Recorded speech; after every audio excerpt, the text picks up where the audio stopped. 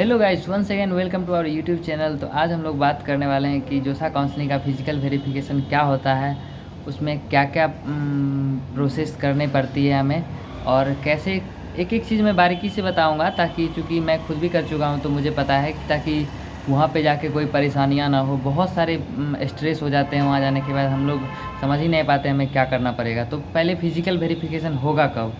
तो देखो, 6th round जोसा काउंसलिंग के बाद हम लोग का फिजिकल वेरिफिकेशन होगा, और उसका एग्जैक्ट डेट जो होगा उस पीरियड में वो मैं फिर से अपडेट कर दूंगा इस पर।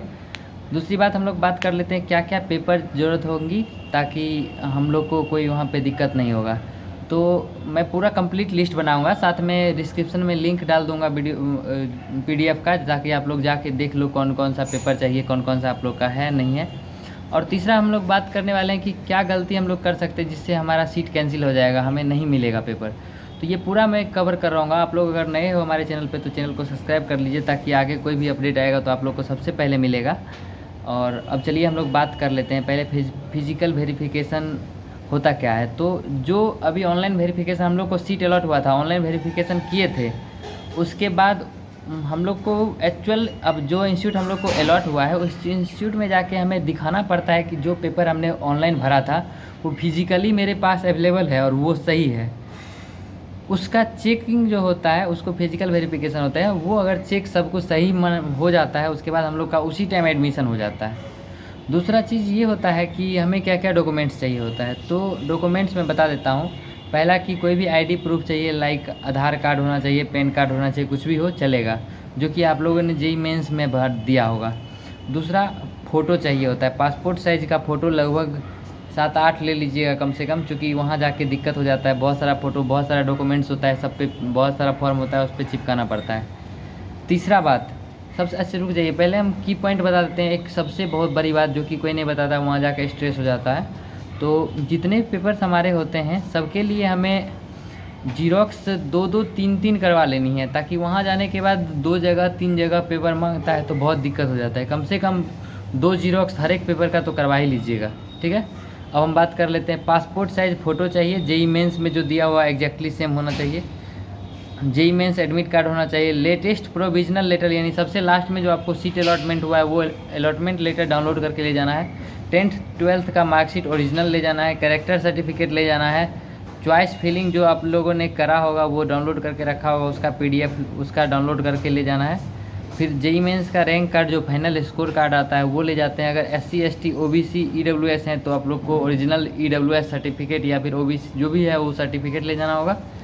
साथ ही caste valid certificate for students having caste certificate issued by the, ये कास्ट सर्टिफिकेट ले जाना होगा। माइग्रेशन सर्टिफिकेट ले जाना होगा।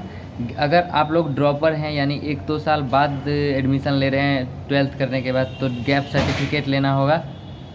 ये बन जाता है आसानी से, आप लोग यहाँ कोई भी लोकल कोर्ट में जाके 100-150 रुपये लेगा, कोई भी वकील बना देगा। फिर मेडिकल सर्टिफिकेट लेनी है, जिसका कि कोई भी डॉक्टर जिसका प्राइवेट सरकारी कोई भी हो, बस जिसका रजिस्ट्रेशन हो। फिर receipt of portal partial admission fee paid for the जोसा सिस्टम, यानी पार्शियल एडमिशन फ़ी जो आप लोगों ने फ़ी पे करे होंगे या फिर करेंगे, उसका रिसिप्ट ले लेना है। और इंस्टीट्यूट का जो फ़ी पे करेंगे उसका भी रिसिप्ट लेना है, ठीक है। उसके बाद एंटी रैगिंग पे साइन करके ले जाना है। एंटी रैगिंग अब कहाँ मिलेगा, उसका फॉर्मेट आप लोग को हर एक कॉलेज का अपने वेबसाइट पे फॉर्मेट मिल जाएगा, वहाँ से डाउनलोड करके वहाँ पे आप लोग ये कर सकते हैं, या फिर मैं अपना नीचे लिंक डिस्क्रिप्शन में डाल दूँगा, वहाँ से भी आप एंटी रैगिंग डाउनलोड कर सकते हो। उस पर अपना सिग्नेचर करके ले जाना है एंटी रैगिंग। और ये सब बाहर के लिए under taking of non availability of prescribed, यानी कोई डॉक्यूमेंट्स अगर नहीं है तो उसके लिए एक फॉर्म आता है जो भर के आप उस पर एज लाइक अप्लीकेशन देते हैं कि इतना दिन बाद मैं अपना जमा कर दूंगा पेपर। अब बात कर लेते हैं कि पेपर हो गया, अब कैसे आप लोग को, कहाँ पे आप लोग को विजिट करना है, कौन से कॉलेज में। तो जो भी कॉलेज आप लोग को अलॉट हुआ है उस कॉलेज में जाके डायरेक्ट आप लोग को फिजिकल वेरिफिकेशन के लिए विजिट करना होगा, वहीं आप लोग का एडमिशन होगा। अब तीसरी बात ये है कि कौन कौन से ऐसे कंडीशन है जिस कंडीशन में हमारा सीट कैंसिल हो सकता है। तो पहला तो आप लोगों ने जो भी पेपर अपलोड करा है उसमें से फिजिकल वेरिफिकेशन के टाइम में कोई भी पेपर अगर आप लोग का फर्जी निकलता है, फ्रॉड निकलता है, तो आप लोग का सीट कैंसिल कर दिया जाएगा।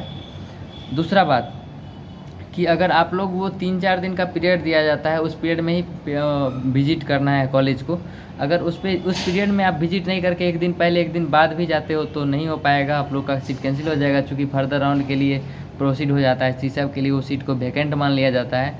अब लास्ट बात करते हैं कि अगर आप लोगों ने अंडरटेकिंग यानी अनअवेलेबिलिटी का एप्लीकेशन दे रखा है 20 दिन में मैं आप लोग को पेपर दे दूंगा ओरिजिनल पेपर, अगर आप लोग नहीं दे पाते हैं उसमें तो आप लोग का सीट कैंसिल कर दिया जाएगा। ये 3 प्रोसेस था, ये सब कुछ का ध्यान रखना है, सावधानी से देनी है। और अगर कोई दिक्कत होता है आप लोग को तो आप लोग कमेंट करके पूछ सकते हैं पूरा प्रोसेस जोसा का शुरू से लास्ट तक, सीसैप का कैसे सीसैप में हम लोग प्रोसीड करेंगे, हर एक चीज़ का आप कमेंट करके पूछ सकते हैं, मैं हमेशा जवाब देता रहूँगा। तो आप लोग हमारे चैनल को सब्सक्राइब करके रख लीजिएगा ताकि कभी भी कोई भी दिक्कत हो तो आप लोग को हेल्प मिल सके। ठीक है, मिलते हैं अगले वीडियो में। Thank you.